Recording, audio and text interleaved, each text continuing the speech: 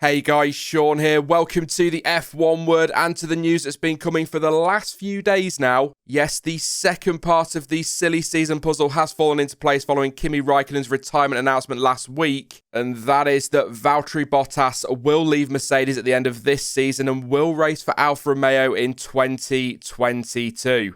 As always, I'll give a few of my thoughts shortly, but let's get the news part of this video out of the way first. So the team confirmed a little bit earlier today that Bottas has signed a multi-year deal which will see him drive for the team, quote, for the 2022 season and beyond. In the press release, the Finn is quoted as saying, "A new chapter in my racing career is opening. I'm excited to join Alfa Romeo Racing for 2022 and beyond for what is going to be a new challenge with an iconic manufacturer. The potential of the setup is clear and I am relishing the opportunity to help lead the team forward up the grid.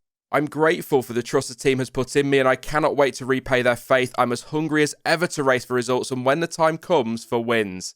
He goes on to add that he is proud of what he has achieved at Mercedes over the years, but is fully focused on the rest of this season. Frederic Vasseur, as you might expect, is looking forward to their journey together and adds that Bottas is the right driver to help the team make a step forwards towards the front of the grid. And the multi-year deal gives Alfa and Bottas, quote, "the stability we need to build our project at a crucial time for Formula One." There we have it then. Bottas is to take one of those seats at Alfa for next year, and we all know what that means for the second Mercedes seat, but more on that when that's announced. And by the way, it is reported that they could announce George Russell as Lewis Hamilton's 2022 teammate as early as tomorrow, but almost certainly by the time we reach the weekend. As for Bottas, I'm honestly really pleased that he's been able to secure a seat somewhere in F1. He hasn't had the best of seasons, really, if we're being honest. But despite his struggles at times, he still has a lot to offer the sport, and I reckon he will do a great job at Alfa. I've got to admit, though, I'm a little bit torn on one aspect of all of this. Whilst it is absolutely great that he's got a seat for 2022, this feels like a better deal for Alfa Romeo than it does for the Finn. Of course, we don't know where each team will be in the pecking order next season, but right now this is a huge step back for him, and I'm quite surprised he chose Alfa over potential other options. That's assuming, of course, there were any other options. What I mean is, as much as I genuinely do love the Sauber team and respect everything they've done, Williams looks like a team on the up, and given some of the real positive changes going on behind the scenes and the investment being put in, it feels like a really good place to be right now, in my view, more so than Alfa. That said, maybe they were his only option and nobody else was interested, which would surprise me, honestly. Perhaps he even wanted a clean break from the Mercedes ties, or maybe they showed him, as is hinted in the press release, and eventually convinced him that they were heading in the right direction and they were in great shape for 2022. Who knows for sure? I certainly don't. And at time of recording, honestly, all I can do is speculate. Again, it's nothing against the whole Sauber outfit. They've done a great job over the years. They've really punched above their weight at times, and it may well turn out that they are the place to be, and of course, we will find that out next year. But I hope you see what I'm getting at when I say a better deal for Alfa than for Bottas on the face of it. You know, Alfa get a quick and proven race winner with a point still to prove and a lot still to give, a driver with plenty of experience they could really build around for the next few years. Whereas he's gone from a title-winning team to, I suppose you could say, the gamble of a current backmarker. To make the point again, though, most drives away from Mercedes that were available to him would be a gamble and would be a big step back. And hey, Alfa may not be a backmarker next season, we'll see.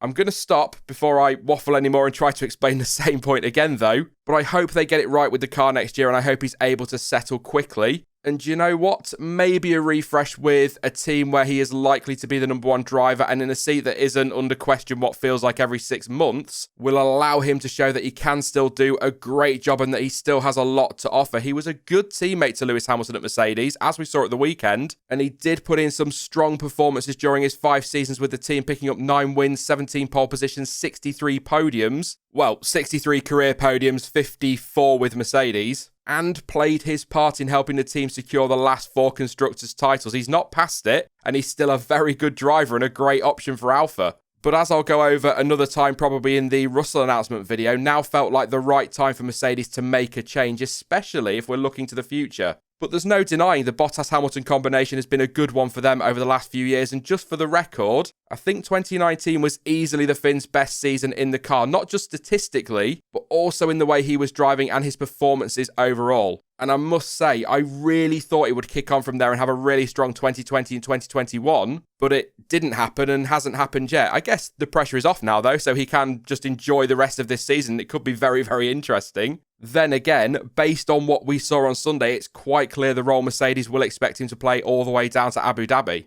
The big question for Alfa now, though, is who will partner him next year. Well, at time of recording, the rumours remain about the possibility of either Nick de Vries or Alex Albon getting a shot, but names including Callum Ilott, Guan Yu Zhou and Théo Pourchaire have been mentioned, as has the possibility of keeping Antonio Giovinazzi. Perhaps whilst they wait, give him one more year and see if Pourchaire is ready for 23. However, the official line from Frederik Vasseur over the Dutch Grand Prix weekend was that the team was not in any rush to make a decision. And interestingly enough, Vasseur told Autosport that the team has doubts about taking on a rookie for next year due to the concerns about the lack of testing, essentially not giving a rookie much time to get up to speed, but also added in the same interview that Alfa wants to develop its, quote, very strong relationship with Ferrari and is looking closely at the Scuderia's academy. Again, though, there seems to be no rush, so it could be a few weeks before we find out who will be Bottas' teammate for next year. We may not even find out until the end of the season or the F2 season. That is it for this news reaction video, though, but you can, as always, let me know your thoughts on Bottas' move to Alfa in the comments section down below, and who do you think will be his 2022 teammate? Now, I will be back probably in the next day or two with some more driver transfer news, but in the meantime, if you did enjoy this one, then please do drop a like, as it really does help out the channel, and don't forget to subscribe so you don't miss out on any future videos. But as ever, thank you for watching. I've been Sean, this has been the F1 Word, and until next time, goodbye.